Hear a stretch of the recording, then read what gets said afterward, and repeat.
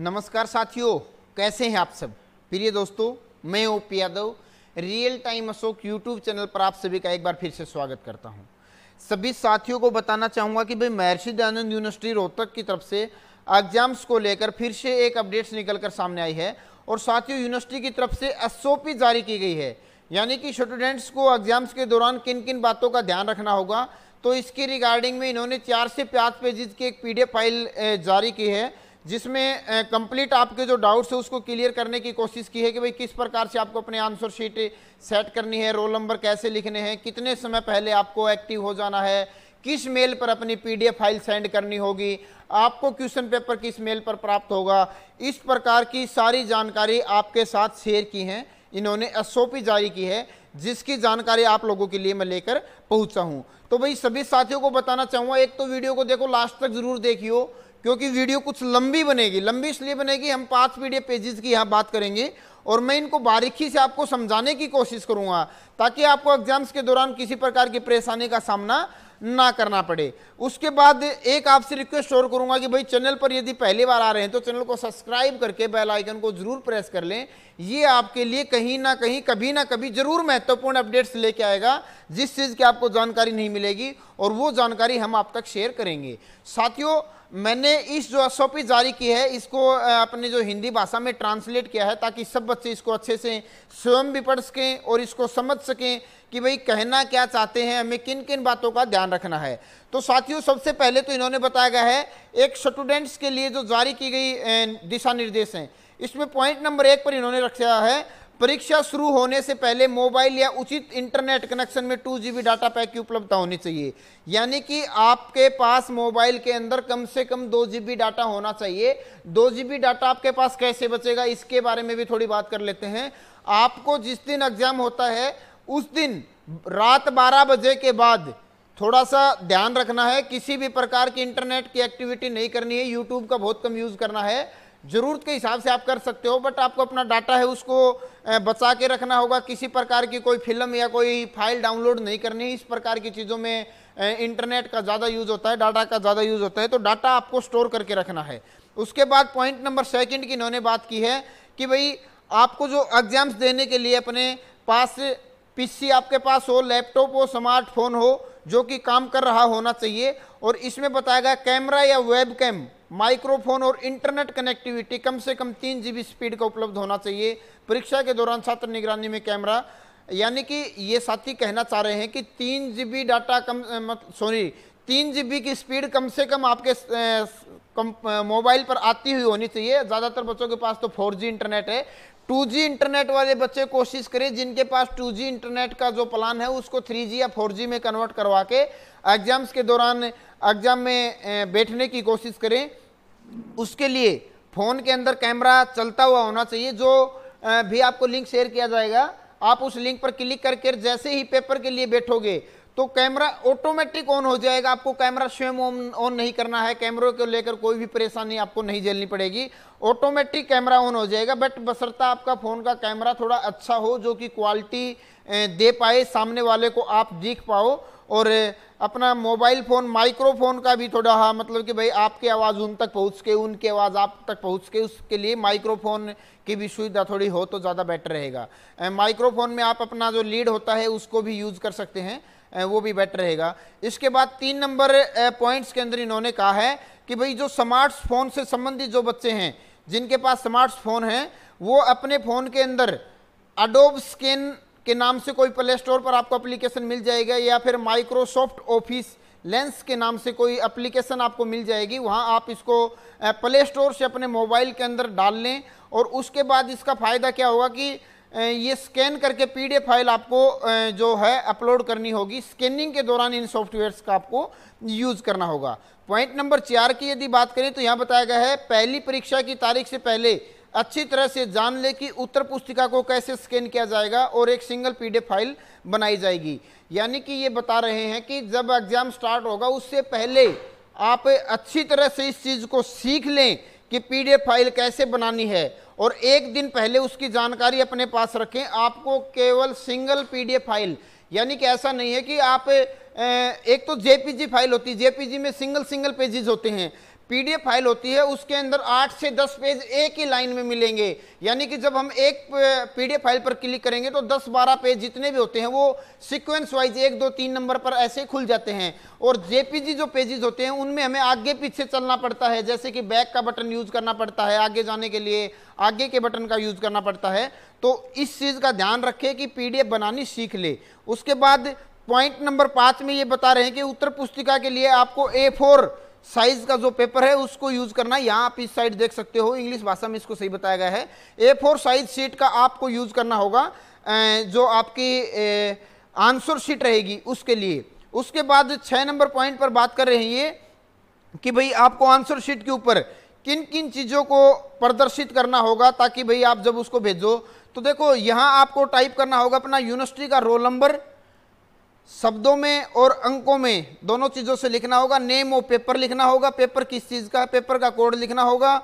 और यहाँ आपको जो कुल पेजों की संख्या है कि भाई आपने कितने पेजेस यूज किए, 10 12 13 14 16 से ज़्यादा पेजों की संख्या नहीं रहेगी, 16 से ज़्यादा नहीं रहेगी। और उसके बाद आपको डेट मेंशन करनी होगी, सिग्नेचर अपना करना होगा। आंसर शीट किस प्रकार की रहेगी वीडियो के लास्ट में इसके ऊपर हम चर्चा करेंगे, मैं आपको इसका फॉर्मेट दिखाऊंगा। अब हम नेक्स्ट पॉइंट पर चलते हैं।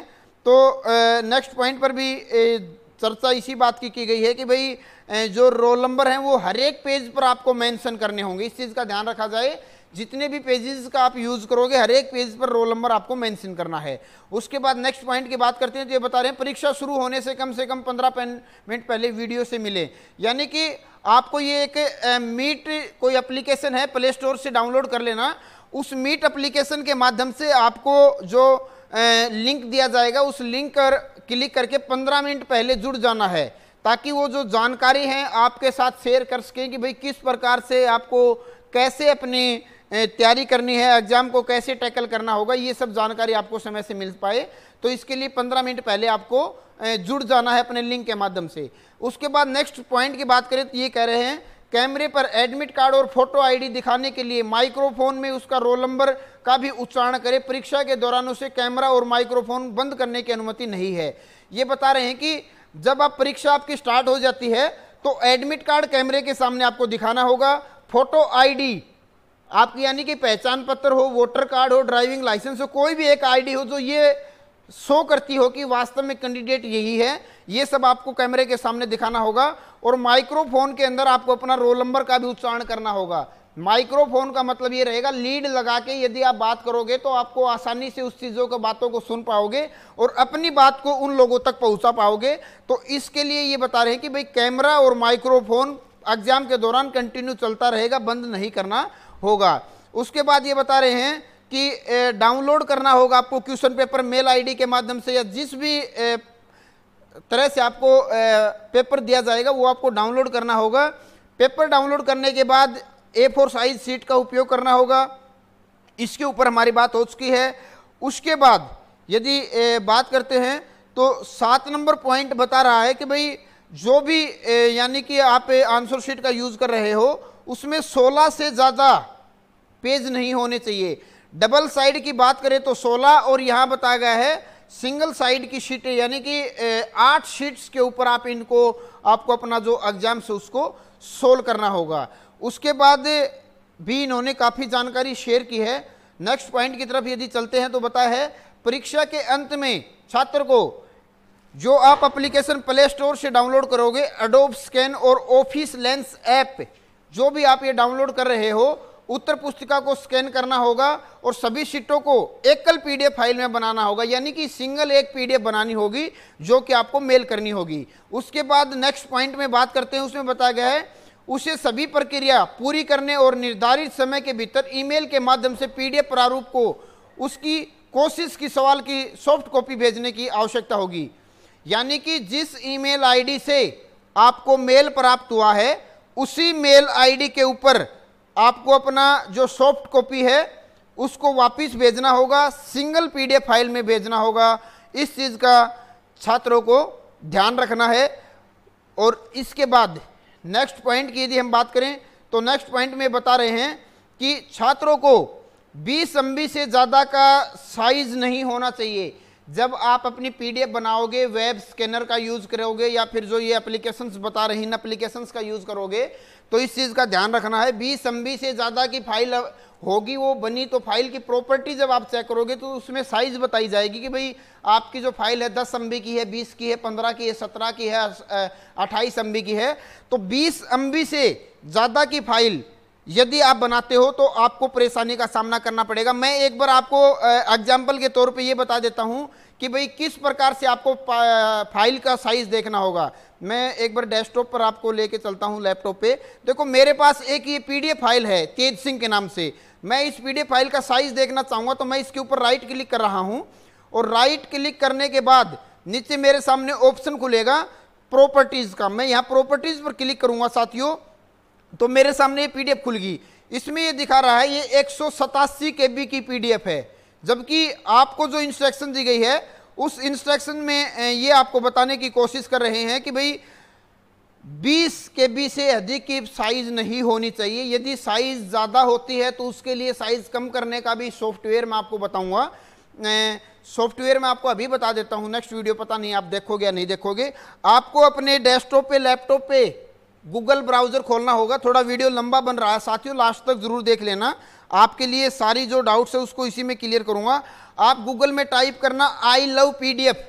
आई लव पीडीएफ टाइप करने के बाद जैसे ही आप इसको खोलोगे तो यहां आपको देखो कंप्रेस पीडीएफ का ऑप्शन मिलेगा।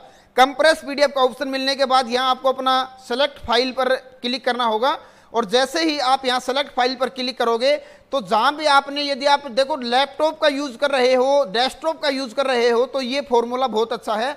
आई लव पीडीएफ के अंदर आपको जाना होगा, और देखो मेरे पास ये एज डिक्लेरेशन के नाम से कोई पीडीएफ फाइल है, मैंने इसको यहां सेलेक्ट कर लिया। ये सेलेक्ट होती है, सेलेक्ट होते ही मैं यहां इसको कंप्रेस पीडीएफ पे क्लिक करता हूं। कंप्रेस पीडीएफ पर क्लिक करने के बाद ये मुझे बता रहा है, पहले ये फाइल 324 KB की थी, इसको 46.7 KB की साइज कम कर दिया गया है इसका। यानी कि इस प्रकार से आप इसको कम कर सकते हो। मैं आपको एक सॉफ्टवेयर की और भी जानकारी दूंगा, वो इस वीडियो में नहीं, नेक्स्ट वीडियो में दूंगा। वो सॉफ्टवेयर इस साइज को और भी कम कर सकता है। बट ये आई लव पीडीएफ के नाम से जो भी सॉफ्टवेयर बना रखा है, अच्छा सॉफ्टवेयर है, मैं इसका काफ़ी बार यूज़ करता हूँ।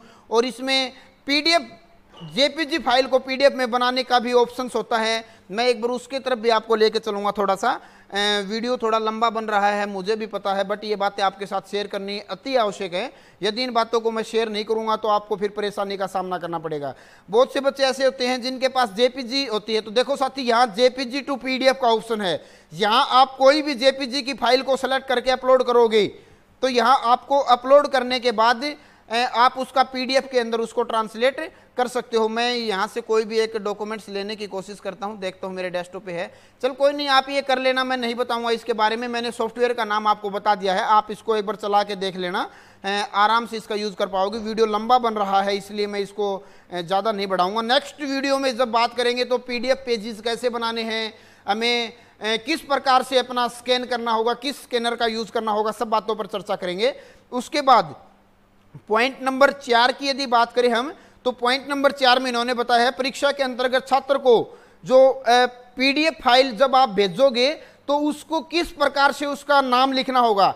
परीक्षा की तारीख प्लस का निशान देके आपको अपना रोल नंबर मेंशन करना होगा। फिर आपको लिखना होगा, यहां दिखा रहा है देखो, मॉर्निंग और इवनिंग।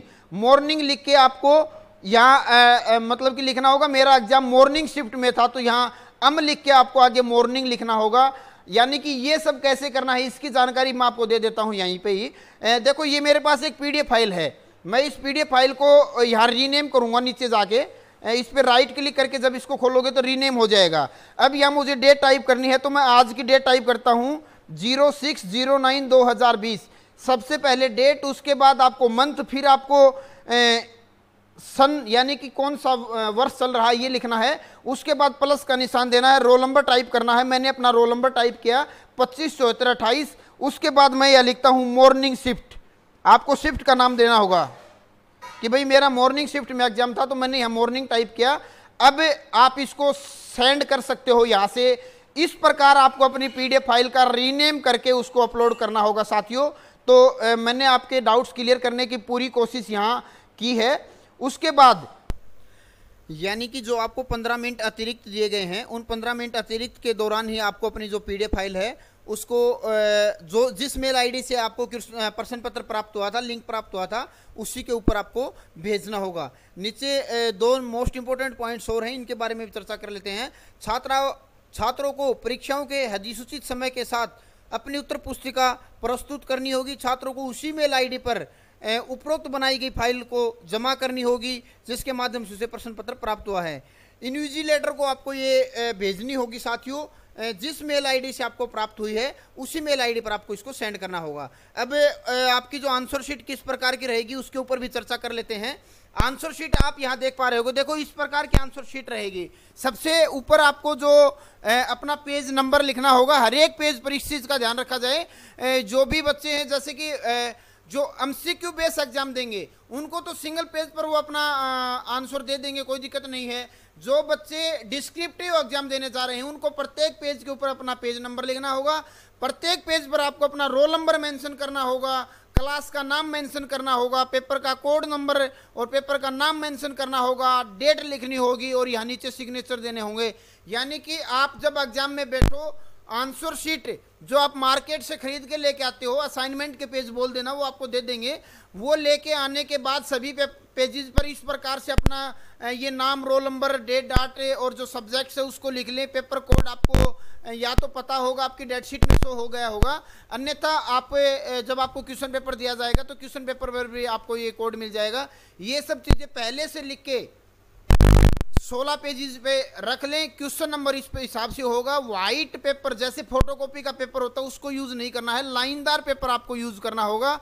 और इस प्रकार से आप अपने उस पेपर को हल करके आपको उसकी पीडीएफ बनानी होगी। इन्होंने देखो दे रखा है, नेक्स्ट पेपर पर भी पेज नंबर लिख रखा है, रोल नंबर मेंशन कर रखा, डेट मेंशन कर रखी है, सिग्नेचर है। इसको आप आंसर शीट के सबसे जो ऊपर वाला पार्ट होता है उस पर लिख लें, या फिर आप ऐसा भी कर सकते हो कि इनको भी प्रिंट कर सकते हो। जो ये पेज नंबर 4 और 5 दिया गया है इसमें देख लेना, प्रिंट करने के बाद यदि ये लाइनिंग अच्छे से शो होती है तो कोई दिक्कत नहीं, आप इसको भी प्रिंट करके इसके ऊपर अपना पेपर हल कर सकते हो। तो भाई जो जानकारी दी गई है लगभग मेरा मानना है आपके डाउट्स क्लियर हो गए होंगे। एसओपी में जो भी बातें बताई गई थी सब बातें मैंने आपको बिल्कुल ही सिंपल भाषा में आपके साथ करके उसको सोल्व करने की कोशिश की है। और नेक्स्ट वीडियो में आपको स्कैनिंग के बारे में बताऊंगा, स्कैन कैसे करना है, किस एप्लीकेशन का यूज़ करना है, पीडीएफ की फाइल का यदि साइज ज़्यादा बड़ा होता है तो उसको कंप्रेस कैसे करना है, इन सब विषय पर चर्चा की जाएगी। भविष्य के अपडेट्स के लिए चैनल को सब्सक्राइब करके बेल आइकन को प्रेस कर लें। फिलहाल किस वीडियो में यही अपडेट आपके साथ शेयर करनी थी। धन्यवाद साथियों।